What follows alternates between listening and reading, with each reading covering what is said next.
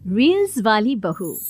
प्रज्ञा को रील्स बनाने का बड़ा ही क्रेज है और वो दिन भर रील्स बनाती रहती है। खाते पीते घूमते फिरते घर में कॉलेज में रील्स बनाने के कारण प्रज्ञा पूरे कॉलेज में हाईलाइटेड है। जहां उसकी रील्स सभी को पसंद आते हैं, वहीं मनीषा चिंता में डूबी रहती है। एक रोज जब खाते हुए प्रज्ञा रील्स बना रही होती है, तब मनीषा कहती है, 1 मिनट भी चैन नहीं है इस लड़की को। ये नहीं कि खाना तो आराम से खा ले, लेकिन नहीं, अरे थोड़ी देर रील्स नहीं बनाओगी तो आसमान नहीं टूट पड़ेगा। अरे मम्मी, इसी को तो कहते हैं डिटर्मिनेशन। तुम नहीं समझोगी ये सब। भगवान, इस लड़की को सद्बुद्धि दे। जब देखो तब टेढ़ा बाका मुंह बनाती रहती है। मनीषा की बात का प्रज्ञा पर जरा भी असर नहीं होता और वो खाते खाते रील्स बनाती रहती है। दिन बीतने लगते हैं और देखते देखते प्रज्ञा का कॉलेज भी खत्म हो जाता है। आए दिन कोई ना कोई मनीषा को प्रज्ञा की शादी करवाने का सुझाव दे जाता है। सब ठीक ही कहते हैं, प्रज्ञा की शादी कर देनी चाहिए। अपने घर के काम काज में व्यस्त हो जाएगी तो खुद ही ये रील्स और नाच गाना बंद हो जाएगा। मनीषा और प्रेम प्रज्ञा के लिए एक अच्छा लड़का ढूंढने लगते हैं और तभी विकी का रिश्ता प्रज्ञा के लिए आता है, जिसने प्रज्ञा को उसकी रील्स देखकर पसंद कर लिया था। अगले दिन विकी अपने माता पिता के साथ प्रज्ञा के घर पहुंच जाता है और प्रज्ञा साड़ी पहने हाथों में चाय की ट्रे लिए उनके सामने आती है। जब विकी को पसंद है तो हमें भी बहू पसंद है। बहन जी, आप बारात की तैयारी कीजिए। एक बार लड़का लड़की अकेले में बात कर ले तो अच्छा रहेगा। हाँ हाँ, क्यों नहीं। मनीषा विकी को प्रज्ञा के कमरे में भेजती है, जहां प्रज्ञा पहले से ही रील्स बना रही होती है। तभी विकी कहता है, आ गए आपके साजन जी। हमारे साथ ये रील्स कंप्लीट करती तो और भी अच्छा रहता। अच्छा जी, अब आ ही गए हैं तो बना ही लेती हूँ आपके साथ। दोनों मिलकर रील्स बनाते हैं। जब वी मीट और तुरंत पोस्ट भी कर देते हैं। फिर विकी कहता है, जब आप साड़ी में चाय लेकर आई तब मुझे लगा कि कहीं मैं गलत घर में तो नहीं आ गया। अब सही है। दोनों की शादी पक्की हो जाती है और शादी के दिन भी प्रज्ञा रील्स बनाने से चूकती नहीं। यहाँ तक कि बारात के समय भी नाचते हुए रील्स बनाती है। सभी लोग प्रज्ञा की तारीफ के पुल बांध देते हैं और प्रज्ञा नाचती गाती अपने ससुराल चली जाती है। सब कुछ अच्छा चल रहा होता है। प्रज्ञा यहाँ भी दिन भर हर चीज की रील्स बनाती रहती है। लेकिन कुछ दिनों के बाद जब सुनीता कहती है, बहू, ये रील्स के साथ साथ कुछ काम भी कर लिया करो। वैसे तुझे और क्या क्या बनाना आता है? मम्मी जी, वैसे तो सब कहते हैं कि मैं सब कुछ अच्छा बनाती हूँ, लेकिन मुझे लगता है कि मैं मैगी अच्छा बना लेती हूँ। हाँ, कॉफी भी अच्छा बना लेती हूँ और मुंह तो सबसे अच्छा बना लेती हूँ। हैं? अच्छा अच्छा। सुनीता अपना माथा पकड़ लेती है और कहती है, बहू, कुछ खाना बनाना भी सीख लेती। मम्मी जी, मैं लंबी प्लानिंग कर रही हूँ। जल्दी ही मैं इतनी फेमस हो जाऊंगी कि मुझे पैसे मिलने लगेंगे।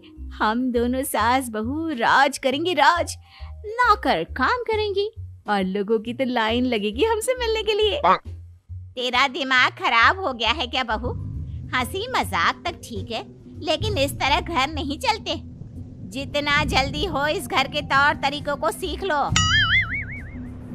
प्रज्ञा मुंह घुमाकर चली जाती है और तुरंत उसी वक्त एक रील बनाती है।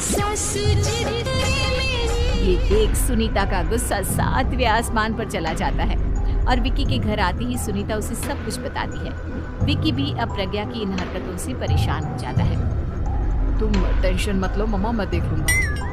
विकी कमरे में जाता है तो देखता है कि प्रज्ञा रील्स बना रही है। विकी बड़े ही प्यार से प्रज्ञा से कहता है, प्रज्ञा, इन सब के लिए मैं तुम्हें मना नहीं कर रहा हूँ, लेकिन फिर भी हर वक्त तो ये अच्छा नहीं लगता ना। समझने की कोशिश करो, मुझे भी तुम्हारा थोड़ा वक्त चाहिए।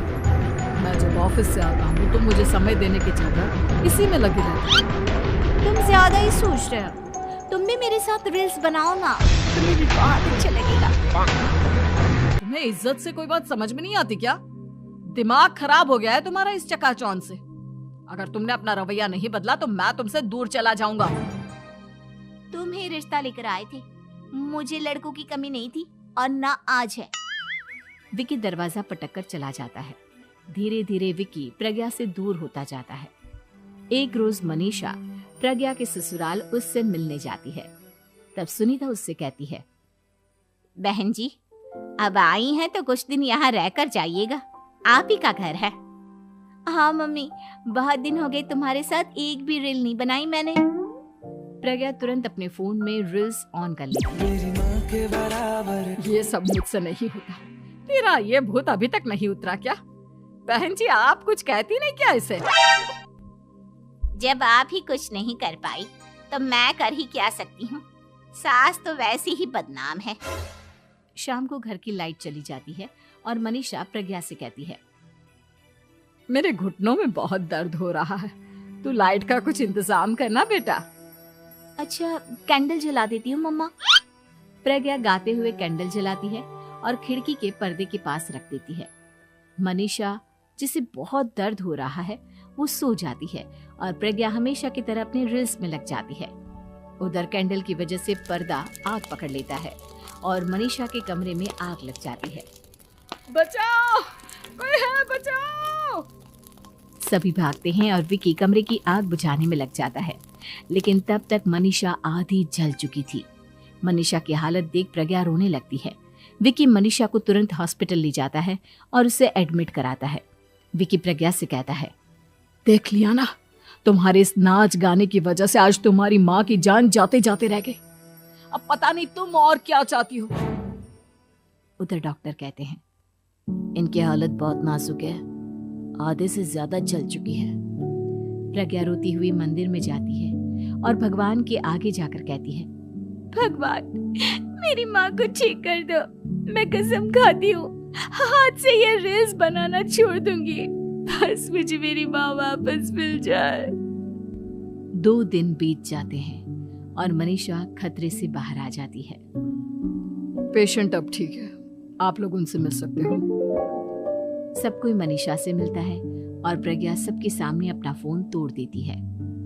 मुझे माफ कर दो मम्मा, मैंने तुम लोगों की बातों को नजरअंदाज किया। बेटा, कोई भी चीज जरूरत से ज्यादा खराब है। मैंने तुम्हें रील्स बनाने से कभी मना नहीं किया, लेकिन हर वक्त एक ही चीज तो सही नहीं है। मैं समझ गई हूँ मम्मा, आई एम सॉरी। प्रज्ञा उस दिन से रील्स बनाना छोड़ देती है और पूरी तरह से अपने घर में लग जाती है।